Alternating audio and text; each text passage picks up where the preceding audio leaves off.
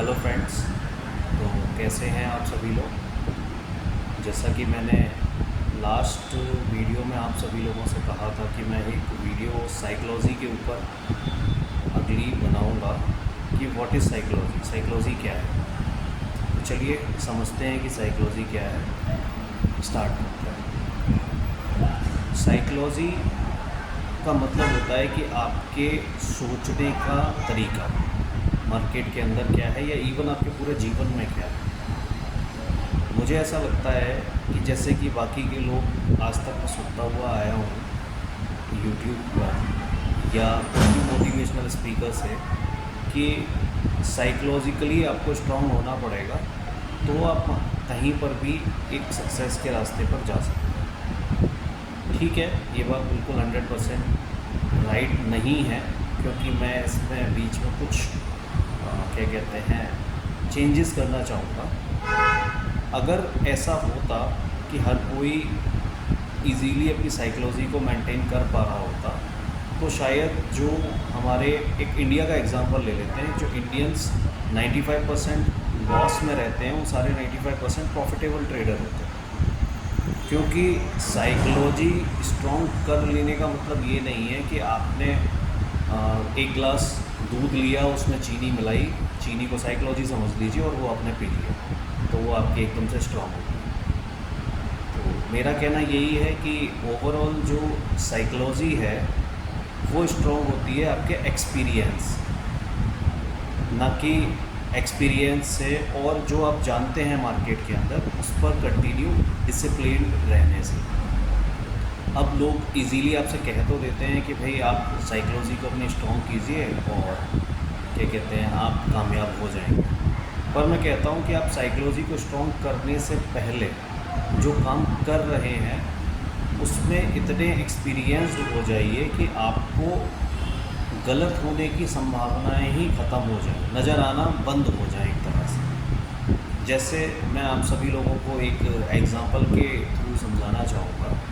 अगर सपोज़ कीजिए कि एक कोई प्रोडक्ट, मान लीजिए कि ये टी शर्ट है, ठीक है, तो ये टी शर्ट मेरे पास मान लीजिए कि 200 रुपीज़ की मैंने इसको ख़रीदा और इस चीज़ की कीमत कल मार्केट के अंदर 300 हो जाएगी। इस चीज़ के चांसेस अगर 95% हैं तो मुझे नहीं लगता कि आपको अपनी साइकोलॉजी को स्पेशल टाइम देने की ज़रूरत है, क्योंकि अगर स्किल आपकी बेहतर है तो साइकोलॉजी अपने आप आपकी बेहतर होती चली जाएगी। आप समझ रहे हैं ना कि अगर हमें फ्यूचर का ये पता है कि मार्केट जो है, आज मान लीजिए कि जिस तरह आज मार्केट मानते हैं कि 10,000 रुपये पर ट्रेड कर रहा है, कल वो 10,100 तक चला जाएगा और इस चीज़ के लिए मैं अंदर से कॉन्फिडेंट हूँ। तो मुझे लगता है कि वहाँ पर साइकोलॉजी को सुधारने की ज़रूरत हमें नहीं पड़ेगी, क्योंकि साइकोलॉजी ऑटोमेटिकली सुधर जाएगी। हाँ, साइकोलॉजी सुधारने की ज़रूरत कब पड़ती है, जब आप कंटिन्यू एक रो में गलत साबित होते चले जाओ। ठीक है, जैसे आप सोच रहे हो कि 10,000 आज मार्केट है, कल 10,100 हो जाएगा, लेकिन ऐसा नहीं होता है। तो वहाँ पर आपकी साइकोलॉजी की गलती नहीं है, वहाँ पर आपकी ना साइकोलॉजी की गलती है ना ही डिसिप्लिन की गलती है। मैं मानता हूँ कि आप डिसिप्लिन होकर अपनी ट्रेडिंग को कर रहे हो और फाइनली उसके बाद भी रिज़ल्ट नहीं आ रहा है, तो गलती ना साइकोलॉजी की है ना डिसिप्लिन शब्द की है। एक्चुअली आप जो कर रहे हो उसमें कहीं ना कहीं आप गलतियाँ कंटिन्यू कर रहे हो, गलती वो। तो मेरे हिसाब से साइकोलॉजी जो वर्ड है वो बहुत बाद में आता है, कुछ भी सीखने से पहले वही चीज़। क्योंकि आपने एक चीज़ ये देखा होगा कि साइकोलॉजी, अगर सपोज़ कीजिए कि एक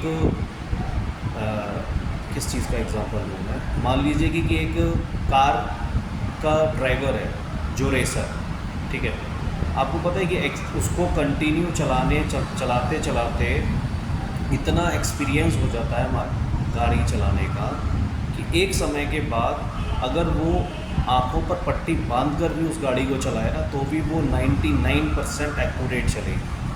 अब ऐसा इसलिए नहीं होता कि आप ये सोचते हो कि उसकी साइकोलॉजी बहुत स्ट्रॉन्ग क्या कहते हैं है या शुरू से थी। एक्चुअली उसने उस काम को कई बार किया, उसमें फेल भी हुआ, लेकिन एक समय आता है जब इंसान उसमें कंटिन्यू पास होना शुरू हो जाता है।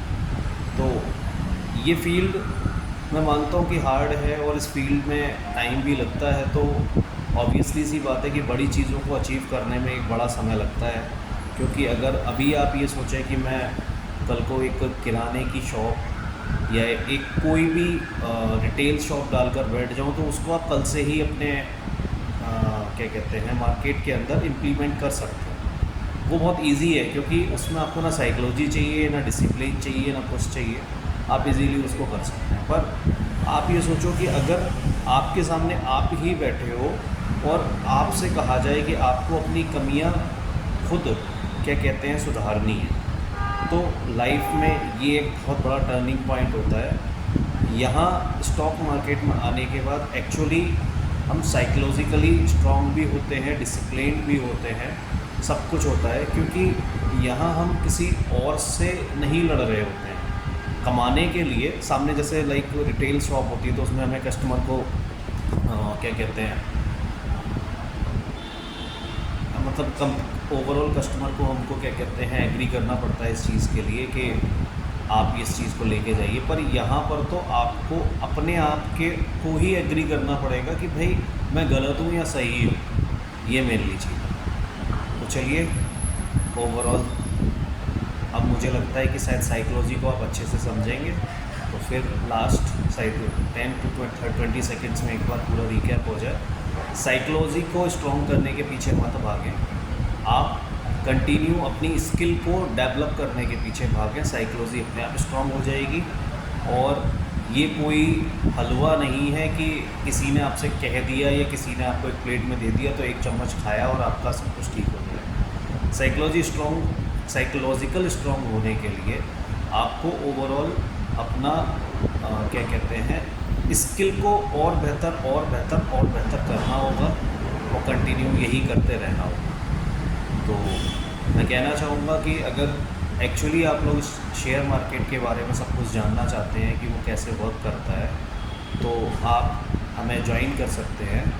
और फिर वही दोबारा एक ही सेंटेंस रहेगा, कोई भी चीज़ फ्री ऑफ कॉस्ट नहीं रहेगी, क्योंकि फ्री ऑफ कॉस्ट जो भी चीज़ दी जाती है वो हम लोगों को एक वेस्टेज की तरह लगती है।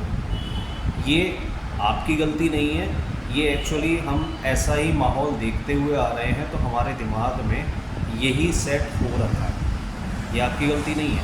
ओके बस, चलिए ठीक है फ्रेंड्स, तो इस वीडियो को यहीं पे ओवर करते हैं और अगली वीडियो रहेगी मार्केट में कि आप मार्केट को एक्चुअली अब तक जिस तरह से देख रहे हैं उस तरह से ना देखते हुए एक दूसरे तरीके से देखना स्टार्ट करें। बाकी जैसा भी आपको जो कुछ भी लगता है कि आप मुझे किसी और टॉपिक पर एक्चुअली वीडियो बनानी चाहिए, तो आप उसके लिए मुझे कमेंट बॉक्स में मैसेज कर सकते हैं। चलिए ठीक है, सभी लोगों को थैंक्स, गुड बाय।